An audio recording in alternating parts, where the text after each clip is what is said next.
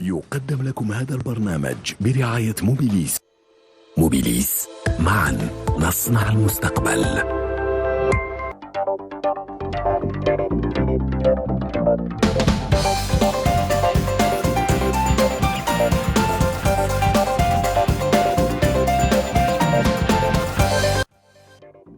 Très chers téléspectateurs, vous qui êtes fidèles au rendez-vous économique d'Al24 News, soyez les bienvenus et merci de nous rejoindre pour les pros de l'écho. L'Algérie a justement un rendez-vous économique important. Le pays s'apprête à accueillir le 7e sommet des pays exportateurs de gaz GECF dans quelques jours à Alger.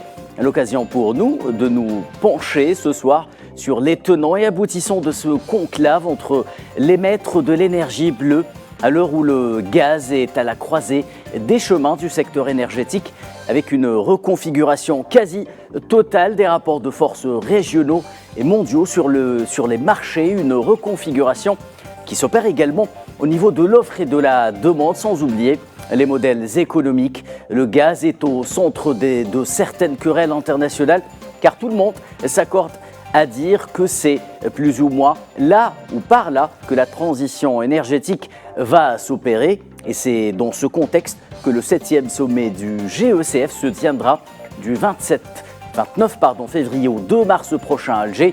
Quels enjeux pour les pays exportateurs de gaz lorsqu'ils seront autour de la table du GECF? Comme chaque semaine, les pros de l'écho s'emparent du dossier.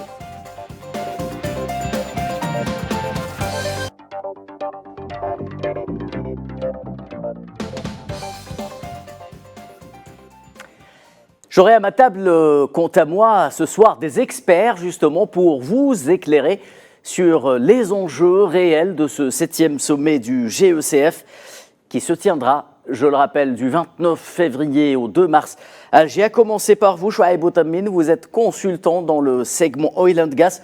Bonsoir, merci d'être parmi nous encore une fois. Bonsoir, merci beaucoup. Alors, Mostafa Mekidash, expert international en économie et en énergie également, faut-il le rappeler, vous êtes également avec nous ce soir sur le plateau. Merci, monsieur Mekidash. Merci de m'avoir invité.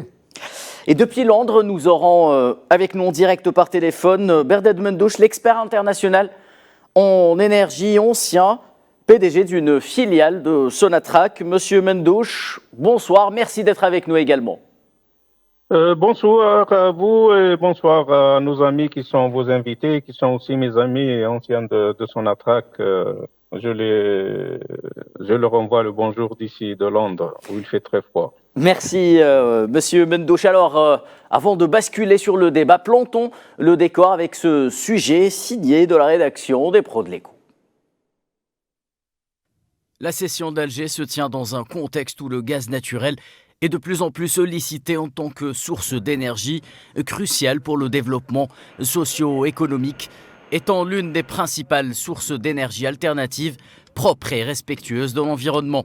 Le décor du 7e sommet des pays exportateurs de gaz est planté par cette déclaration du président algérien Abdelmejid Tebboune alors que le pays met les petits plats dans les grands pour accueillir chez lui le Gotha du gaz.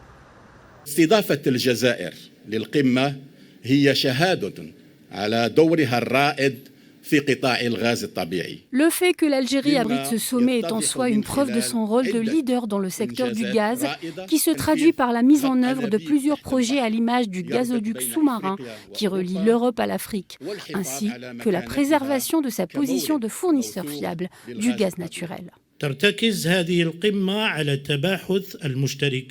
Ce sommet s'articule sur la concertation des participants dans le cadre de dialogues stratégiques et des efforts de coopération susceptibles de paver la voie à l'avenir d'une énergie durable, sûre et prospère. 12e pays en termes de réserves prouvées de gaz naturel au niveau mondial et premier producteur en Afrique, l'Algérie mise sur la concertation avec ses partenaires afin de renforcer la position de l'énergie bleue dans le monde en tant qu'énergie propre et principal pont par lequel passera la transition énergétique. Le GECF prévoit en effet une augmentation de la consommation du gaz à hauteur de 36% d'ici 2050. Les enjeux de cette 7e édition sont multiples, à commencer par le modèle économique et commercial du gaz. la situation actuelle et future du marché, les investissements ou encore le transport, parallèlement aux troubles géopolitiques qui pèsent de tout leur poids sur la configuration des rapports de force entre producteurs et consommateurs. Le GECF compte parmi ses membres 5 pays africains. Le continent des ressources naturelles cherchera sans doute à jouer sa partition et se projeter dans un essor promis aux pays pivots du gaz en Afrique, notamment en jouant la carte des gazoducs qui la relient à l'Europe, l'un des principaux consommateurs mondiaux, à l'image du dernier né des projets, le TSGP, qui part du Nigeria et traverse le Niger pour achoper sur l'Algérie, point de jonction avec le vieux continent. Allez, le décor est planté. On va commencer ce débat avec vous, Mostafa Mekidesh, pour nos téléspectateurs qui ne sont pas aguerris du fait énergétique, qui ne sont pas initiés aux hydrocarbures. Qu'est-ce que le GECF ? Alors, on connaît beaucoup plus l'OPEP que le GECF, qui tiendra son 7e sommet, vous l'avez dit, son 7e forum des chefs d'État et de gouvernement à la fin du mois. Oui, du 29 au 2. Et c'est une nouvelle organisation qui est par ailleurs présidée par un ancien responsable de Sonatrach, Mohamed Hamel, qui a une grosse expérience en la matière. Tout ça donc, fait qu'il y a un intérêt particulier à cette manifestation. Je crois qu'on pourra d'emblée parler des problématiques qui sont ouvertes au cours de ce sommet. C'est d'abord le fait qu'il y a la vitesse de sortie des énergies carbonées qui est au cœur du débat. Elle concerne le pétrole, mais elle concerne aussi le gaz de façon importante. Donc, parce que l'AIE pousse de façon à une sortie plus rapide. Déjà, en excluant les investissements de la part des pays de l'AIE dans les énergies carbonées, notamment le gaz naturel. Ça, c'est le premier point. Donc, les 12 membres qui composent le forum et les 7 membres observateurs vont devoir donc, à la fois défendre leurs intérêts en tant que producteurs et potentiellement exportateurs de gaz naturel, premier élément, et également dégager des plateformes de coopération entre eux, parce qu'il y a des pays qui ont une expérience mature, notamment le mien, l'Algérie, en matière de gaz, notamment de gaz naturel, mais aussi de GNL. Et donc, 1964, première plateforme d'exportation de GNL a vu le jour en Algérie, rappelons-le. Tout à fait, à la Camel. C'était la première. Et je me rappelle, en tant que directeur de la zone industrielle d'Arzeux, de la première expédition de GNL vers le Japon. Il y en a eu une autre vers les États-Unis par la suite. On en parlera tout à l'heure, donc ce n'est pas une problématique nouvelle. Ça, c'est le premier point. Et contribuer au développement durable en considérant le gaz naturel comme un élément incontournable du basket énergétique, si vous voulez, du mix énergétique jusqu'à 2050. Et dans ce cas, il faut que l'on tire toutes les conséquences, qui est celui, notamment, de défendre les intérêts et les droits souverains de ces pays qui produisent, notamment en Afrique. On a donc sur les 12 membres permanents, donc 5 sont africains. Il y en aura d'autres qui vont rejoindre, qui sont observateurs. Tout ça marque, si vous voulez, pour notre continent aussi, une place particulière et un intérêt particulier pour ce 7e sommet du Forum des chefs d'État des pays exportateurs de gaz.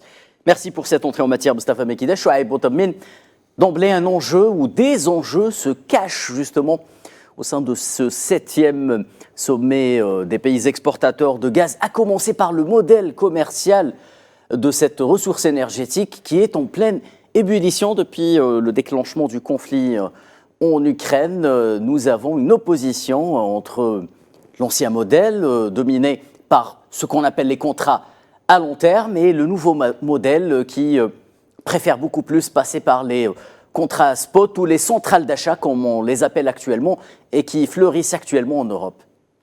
Bon, bonsoir, exactement. Il y a un problème majeur maintenant sur la scène internationale. Il y a beaucoup de monde, c'est tout le monde qui parle de la transition énergétique, d'accord. Je crois que le gaz naturel, si on parle de la transition énergétique, j'imagine qu'il faut donner au gaz naturel, il faut faire déjà une transition énergétique au sein des énergies fossiles. Comment ? Le charbon représente 35% de génération d'électricité dans le monde, globalement, et le gaz naturel représente seulement 20%. Le charbon qui émet des émissions CO2 plus de 60% par rapport au gaz naturel. Alors j'imagine, si on parle de transition énergétique, il faut mettre bien le gaz naturel en avant. Le gaz naturel représente seulement 20% de la génération d'électricité. Alors déjà, il faut favoriser le gaz naturel. Du point de vue énergétique, point de vue comme élément de manufacturing, parce que le gaz naturel, c'est les fertilisants, c'est les engrais, c'est matière première pour toutes les industries et en même temps une source d'énergie. Alors déjà, si on parle de gaz naturel comme source d'énergie, il faut le mettre bien en avant par rapport au charbon. Alors ce qui se passe maintenant sur la scène internationale, il y a un changement énorme. À partir de la guerre en Ukraine, ça fait février 2022. Aujourd'hui, on est déjà, ce mois, on est février 2024. Ça fait 2 ans. Il y a un changement énorme sur la scène internationale en matière de gaz naturel. Qu'est-ce qui s'est passé ? Avant la guerre en Ukraine, il y avait l'Union européenne qui dépendait à 40% des importations de gaz naturel russe, majoritairement à travers les pipes. Alors, 155 milliards mètres cubes d'importation à partir de la Russie. Qu'est-ce qui s'est passé après ? La Russie, maintenant, les Européens ont décidé de ne plus prendre le gaz russe qui est vraiment prêt à discount, il faut le dire la réalité, avec des prix vraiment très bas. Alors qu'est-ce qui s'est passé ? Maintenant, il y a de nouveaux acteurs sur la scène énergétique et gazière mondiale, et il faut le citer, c'est les États-Unis maintenant. Maintenant, les États-Unis qui dominent les exportations gazières dans le monde.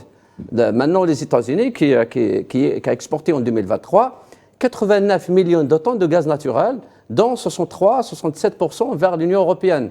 Alors, les États-Unis ont pris la place des Qataris, la place des Australiens, et vous imaginez ce changement radical qui s'est passé sur la scène internationale mondiale. Alors, maintenant, il y a un changement énorme.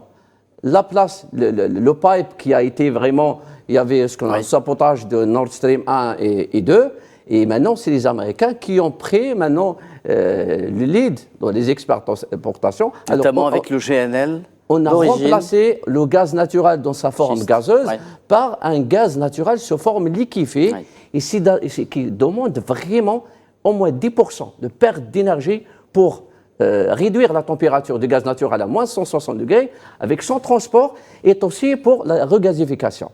Alors, si on parle de la transition énergétique, c'est tout le monde qui parle ça, moi j'imagine que le gazoduc reste toujours à une place énorme sur la scène, soit parce que le gaz naturel, on ne le transforme pas, on l'achemine directement vers les autres pays, sans avoir perdre 10% d'énergie qui sont vraiment des énergies de CO2.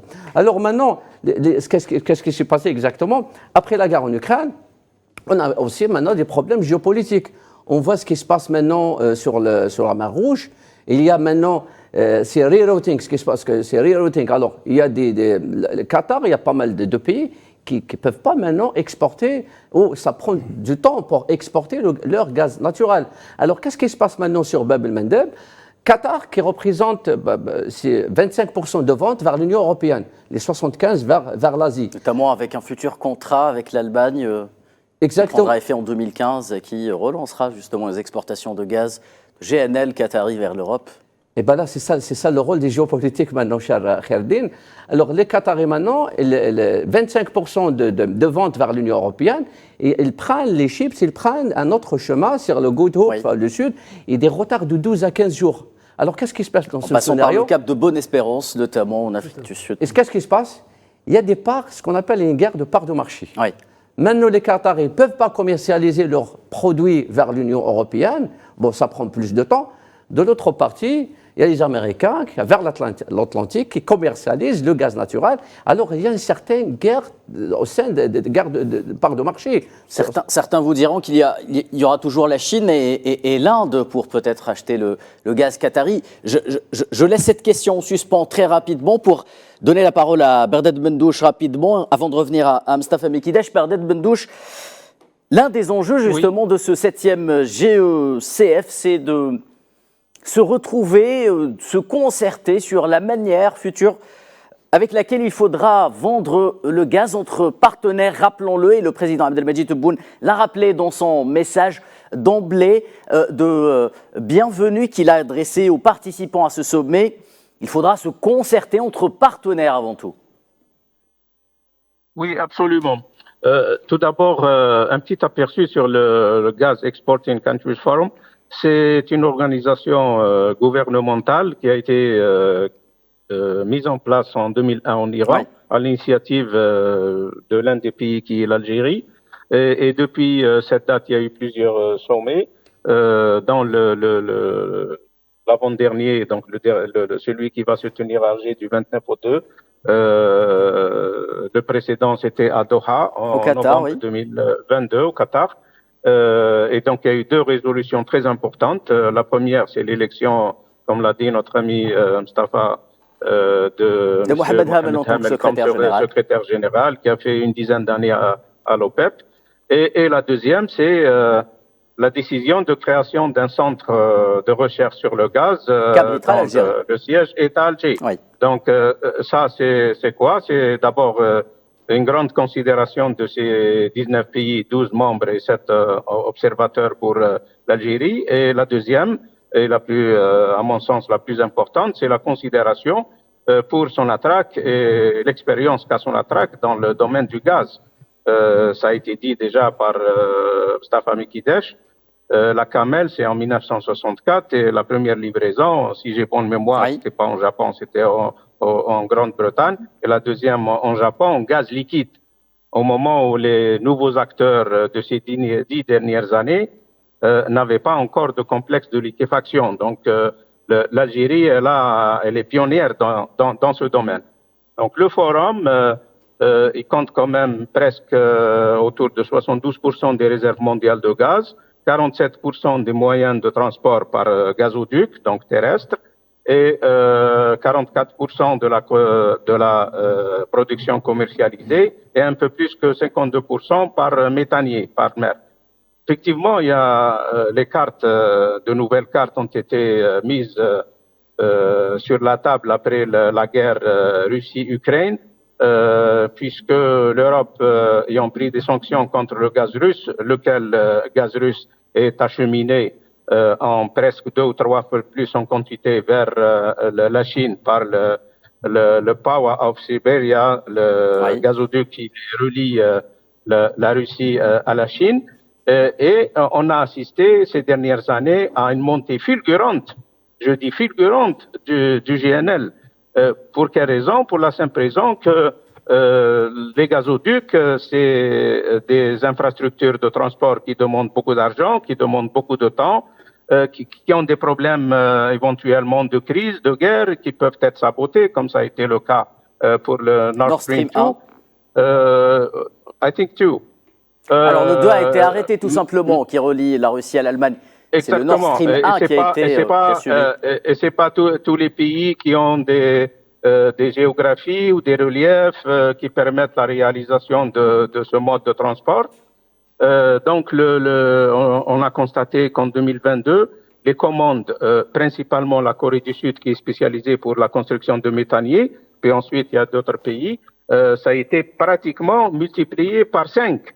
Cela veut dire que les pays exportateurs, non seulement les pays membres du GECF, mais surtout, comme l'a dit Siboutamine, les États-Unis étant premier producteur de gaz actuellement, premier exportateur, il avait commencé déjà à exporter du gaz en GNL vers l'Italie et l'Espagne avant même la guerre Russie-Ukraine. Bon, par la suite, il a accentué ses livraisons en termes de quantité, mais aussi en termes de prix, puisque les prix qui étaient pratiqués, même si vous vous souvenez, l'année dernière, Macron avait rouspété en quelque sorte pour le prix pratiqué au niveau des États-Unis. Oui. Et c'est plus cher, c'est le gaz américain arrive. Ça n'a pas eu l'effet escompté, mais bon, il aura essayé. Bon, mais il n'avait pas d'autres alternatives parce que l'Europe devait remplir ses stocks de gaz. Et c'était à n'importe quel prix, parce qu'il y avait la frilosité, il y avait une inquiétude, il y avait une peur de manquer de gaz, non seulement pour leur économie, mais aussi pour leur ménage. Et c'est pour cette raison que le prix du gaz en 2022, il avait atteint en été un chiffre record de presque 300 milliards le mégawattheure. Ça n'a jamais été atteint. Bon, par la suite et actuellement, c'est redescendu. 27, mais ça demeure... 28. Ça demeure quand même un prix nettement plus important que celui qui était pratiqué, que ce soit dans les contrats à long terme ou dans le spot market, avant la guerre Russie-Ukraine. Je dirais aussi que la guerre Russie-Ukraine a permis de revoir essentiellement pour l'Europe leur stratégie sur les contrats à long terme, parce que avant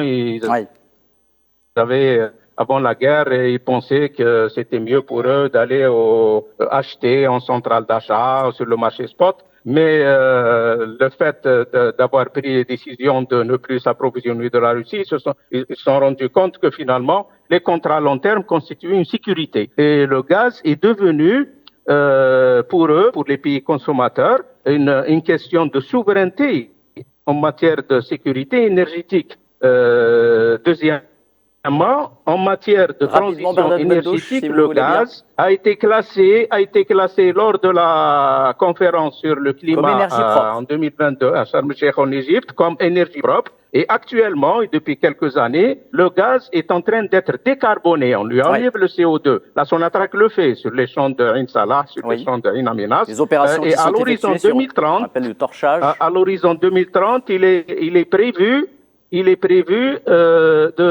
d'avoir un gaz décarboné à 100% avec les nouvelles technologies. Donc, il va devenir une énergie qui rentrera dans le mix énergétique. Merci Berdad Mendouche. Avant de reprendre le débat avec vous, Mustafa Mekidesh, je vous propose d'aller vers une toute petite pause et on revient sur le plateau des pros de l'écho.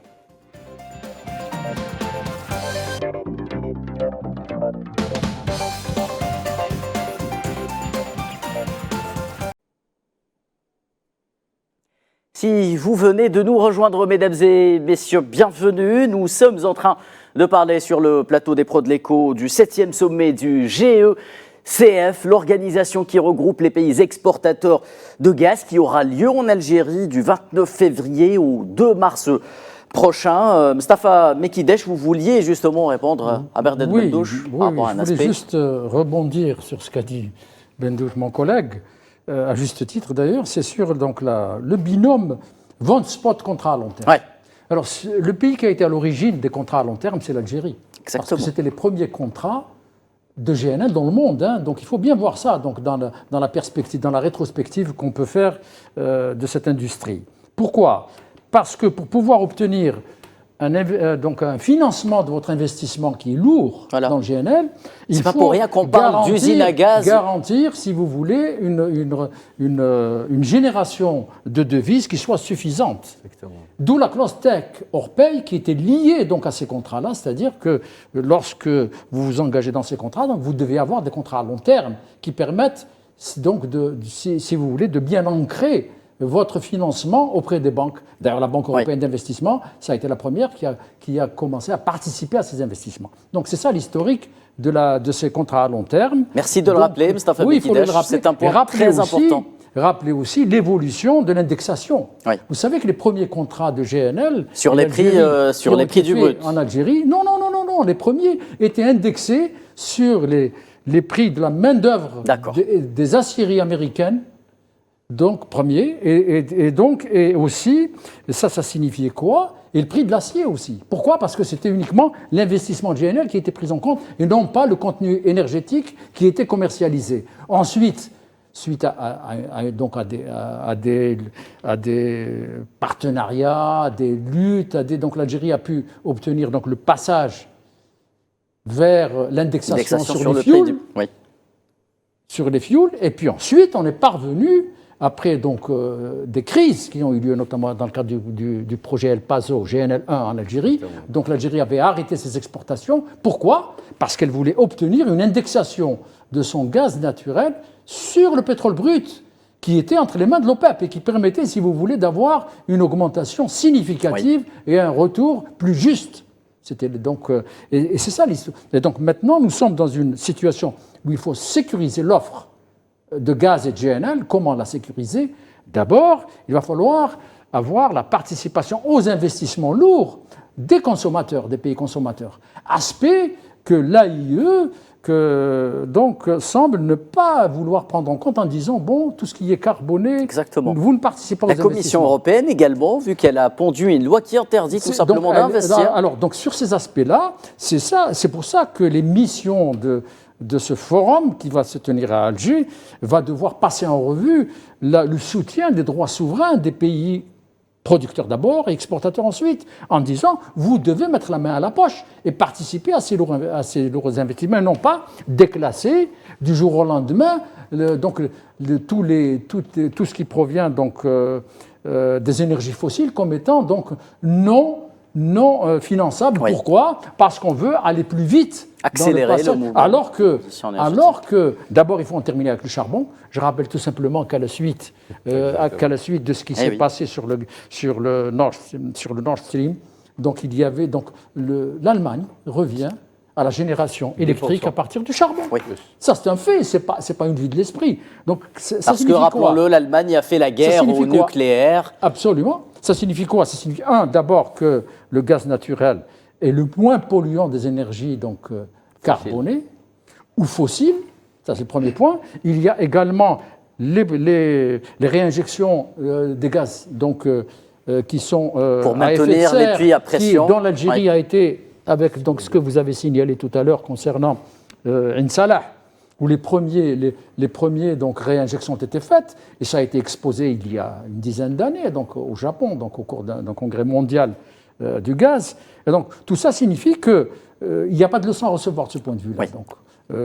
Donc, sécuriser l'offre avec donc, une participation aux investissements des pays consommateurs ou des groupes multinationaux qui font partie de ces premiers aspects. Et deuxième aspect, donc pouvoir fonctionner avec les contrats à long terme, mais également avoir la flexibilité de bénéficier des prix lorsqu'ils augmentent par des ventes spot. L'Algérie devrait en bénéficier parce qu'elle a modernisé et développé ses capacités de vente de GNL en mettant les travaux qu'il y a portuaires à Skikda. Donc elle a élargi la possibilité d'accueillir des méthaniers de plus grande dimension et également de faire le revamping du GNL1 et de GNL pour pouvoir assurer les capacités, ce qui a permis à l'Algérie maintenant d'être le premier exportateur de GNL en Afrique. Exactement. Voilà, donc, en surclassant le Nigeria. Ces éléments. Donc le principe de réalité fait que je pense que les ventes en spot vont encore rester, donc, parce que ça donne de la flexibilité. Et la stratégie de l'Algérie d'avoir les deux possibilités par gazoduc et par GNL lui offre une plus grande souplesse et une plus grande dans une évolution géopolitique qui n'est pas encore terminée. Très bien, merci Mostafa Mekidesh. Alors, Chouaib Botomine, d'autres enjeux justement seront sur la table au sein de ce 7e GECF dans le regard qu'auront les pays consommateurs sur les concertations des pays producteurs. Si vous faisiez partie d'un pays consommateur, à quoi vous vous attendriez comme résultat de la part des pays producteurs pour tenter peut-être de rééquilibrer un peu la donne sur le marché qui, rappelons-le, bascule du côté des Américains en ce qui concerne le GNL? Exactement, c'est un grand défi, j'imagine. Mais le problème qui se pose maintenant, j'imagine, les grands défis actuels, c'est le prix. Il faut bien contrôler le prix du gaz naturel. Il faut mentionner, parce que par rapport à l'OPEC Plus contrôle maintenant les prix. Oui, si les prix chutent, l'organisation de l'OPEC Plus déclare une réunion et ils font... annonce la baisse de la production, par exemple. La baisse de la production, et c'est fait. Ce n'est pas le cas pour le gaz naturel. Oui. Alors, en 2022, j'imagine, en 2022, on a fait une émission ensemble. On a parlé, il y avait le prix du gaz qui a flambé à 350 € le mégawatt. En TTF sur le marché européen. Oui. Maintenant, il est à 28,5. Il chute plus de 10 fois. Alors, cette instabilité-là, ça ne va pas aider ni le producteur, ni l'exportateur, ni le consommateur. Parce qu'en tant que producteur et exportateur aussi du gaz naturel, si par exemple Sonatrach maintenant a mis un plan d'investissement de 42 milliards de dollars d'ici 2028. 5 ans, rappelons-le. Voilà, d'ici 2028. Dont 14 milliards de dollars sont orientés vers le gaz naturel, développer le gaz naturel. Alors, si on réfléchit de manière managériale, business, comment je peux injecté de l'argent, de l'investissement des prochaines années avec cette instabilité du prix du gaz sur la scène internationale? Alors, c'est ça ce qu'il fallait, le grand challenge, le grand défi, c'est d'être acteur. Comment trouver des solutions, des outils pour devenir acteur sur le marché gazier mondial? C'est ça le grand problème. Alors, c'est vrai, pour le gaz naturel, on a des medium et long-term contracts, il y a des contrats long terme. Exactement. Mais j'imagine, pour les nouveaux contrats, il faut relayer les nouveaux contrats par pipe, surtout, j'insiste sur le pipe, il faut les relayer par le prix de spot. Très important. Il faut faire quelque chose dans ce forum-là. Moi, j'imagine, il faut prendre une décision pour avoir le pouvoir de contrôler le marché. Pourquoi? Parce que le GECF, il représente 69-70% des réserves mondiales en matière de gaz naturel et 40% marketed, le gaz qui est commercialisé. Oui. Alors, c'est insuffisant. Je vous donne un exemple. Les États-Unis, les réserves aux États-Unis sont à 16 TCM, trillion cubic meters, 16 TCM, des réserves, qui représentent à peine 8% des réserves mondiales. Seulement 8%. 16 trillions de mètres cubes. Exactement. Les États-Unis, maintenant, produisent 25% du gaz naturel dans le monde. La consommation 2023, il y avait 4 TCM. Les Américains, aujourd'hui, produisent 1080 BCM. Ça veut dire qu'on est 25% de production mondiale vient des États-Unis, malgré qu'ils représentent seulement 8% de réserves mondiales. Exactement. Je vous donne un autre exemple. Rapidement, s'il vous plaît. Oui, l'Iran. L'Iran qui a 32 TCM, 4 fois plus de réserves par rapport aux États-Unis. Mais l'Iran exporte à peine 18 vers l'Irak, 18 ou 20 BCM, milliards de mètres cubes. C'est énorme, c'est une différence. Alors, c'est ça ce qu'il fallait faire. Le grand challenge maintenant, dans ce forum-là, il faut contrôler les prix, voir comment se réunir et être acteur de le marché gazier mondial. La deuxième des choses, c'est avoir la technologie. Pourquoi les Américains ont pu augmenter leur production entre 2014 et 2024? Ils l'ont augmenté à 50%.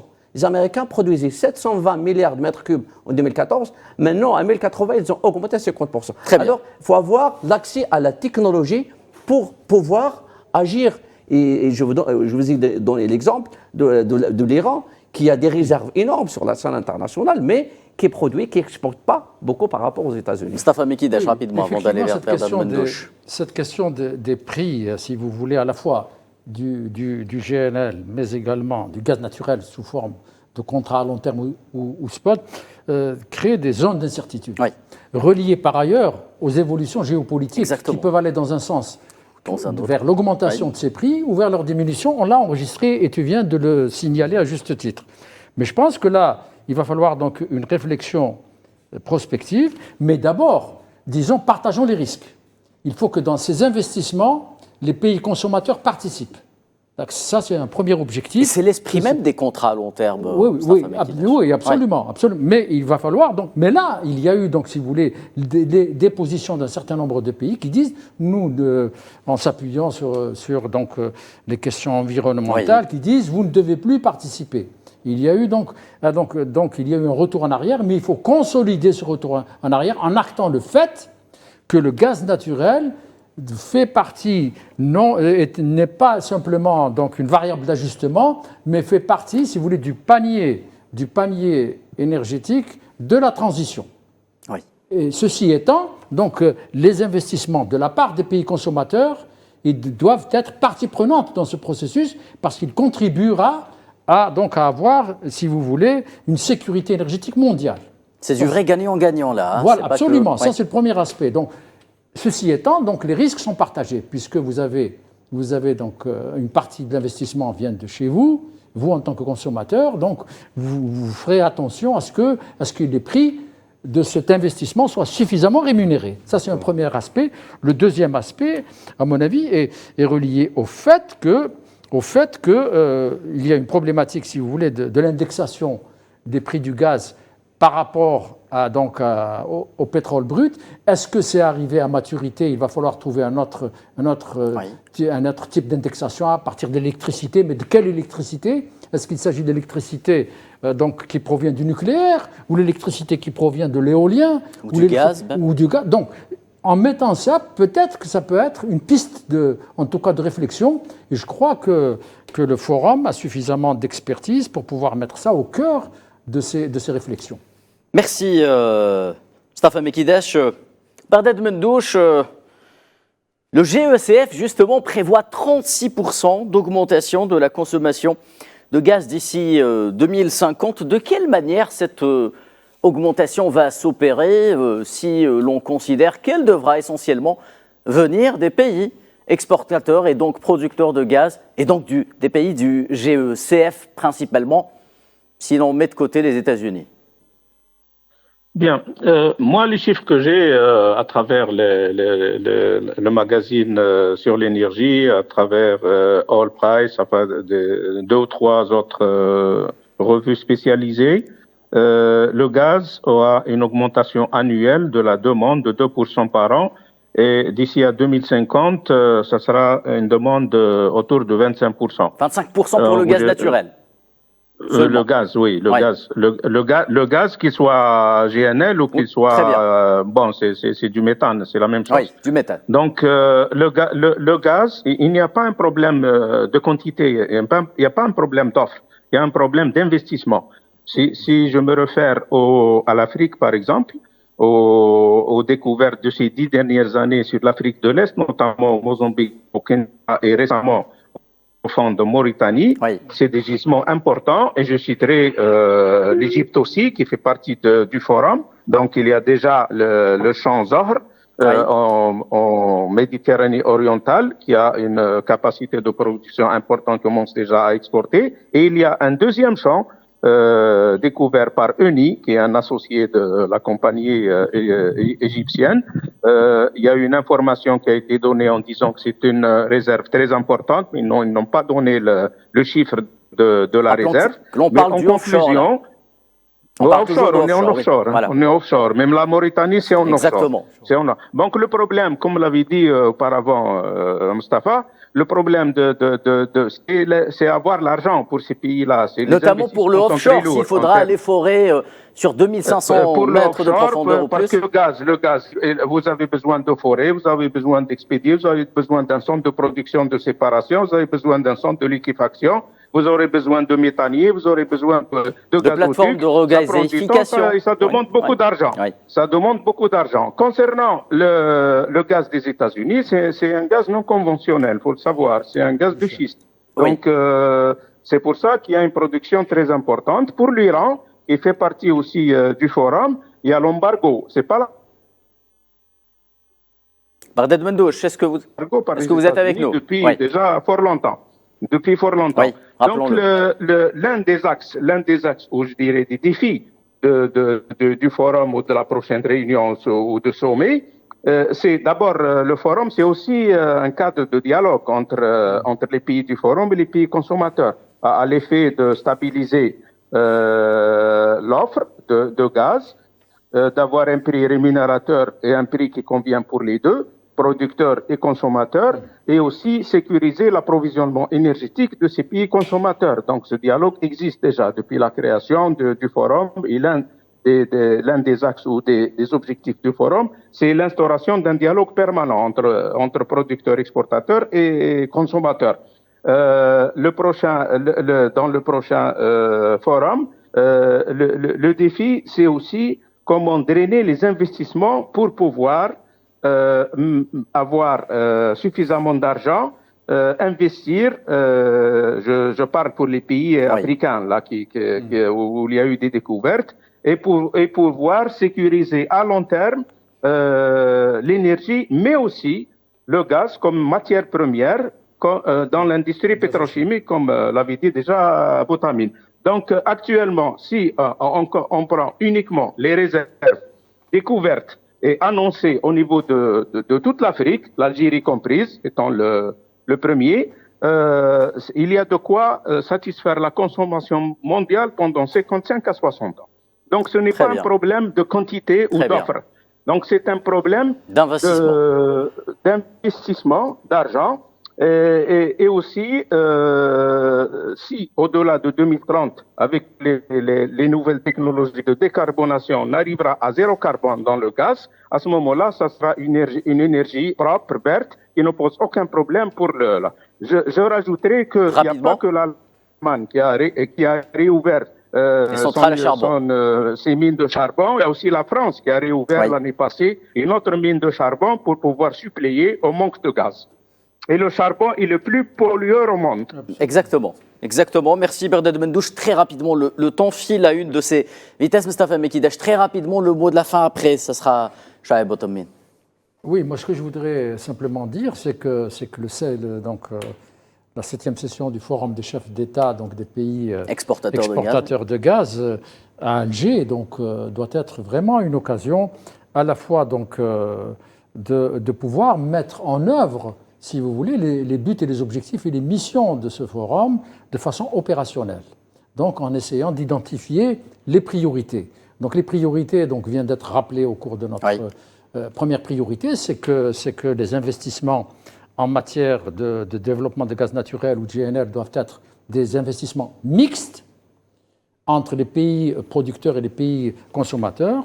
Et deuxièmement, la classification du gaz naturel comme étant une énergie indiscutable dans le panier de la transition énergétique. Deuxième élément, avec toutes les conséquences que cela implique. Et le troisième élément, c'est d'ouvrir les chantiers sur les indexations les plus optimales pour pouvoir réaliser à travers le gaz naturel la sécurité énergétique du monde. Très bien. Chaheb Botommin, en 10 secondes, s'il vous plaît, le mot de la fin, si possible, concernant les enjeux de ce Je voulais faire une petite analyse, des minutes, rapidement, parce que si on explique pourquoi la chute des prix du gaz maintenant, actuellement, sur le marché international, je dois noter quelque chose qui est très important. Alors, une fois le déclenchement de la guerre après en Ukraine avec la Russie, les États-Unis ont décidé de mettre des quantités énormes de gaz aspillard, stock américain, sur le marché international. Avant la guerre, il y avait 588 millions de barils de pétrole. Et maintenant, il y a 357 millions de barils. Alors, ce stock américain a été utilisé pour baisser le prix du pétrole. Il y a le stock du gazier aux États-Unis maintenant qui représente 100 milliards de mètres cubes, il est à 80%. En Europe aussi, ils ont un stock de 103, maintenant ils sont à 70%. Alors c'est ça qui a aidé le marché international, le cours du gaz naturel, de se stabiliser et de ne pas garder des prix plus hauts. C'est grâce aux stocks énormes qui sont sur pas mal de continents. Merci Chaheb Botommin, merci à vous Mustafa Mekidash, merci également à Berdad Mendouche. Nous reviendrons très probablement sur ce thème, messieurs, parce que le GECF aura lieu dans 21 jours et donc d'ici 21 jours, nous aurons la réponse quant à ces enjeux lorsque les chefs d'État du Forum des pays exportateurs de gaz seront autour de la table pour se concerter, négocier et dialoguer autour de ces enjeux, autour donc de l'énergie bleue. Mesdames et messieurs, merci de nous avoir prêté attention. À très bientôt dans les Pros de l'écho.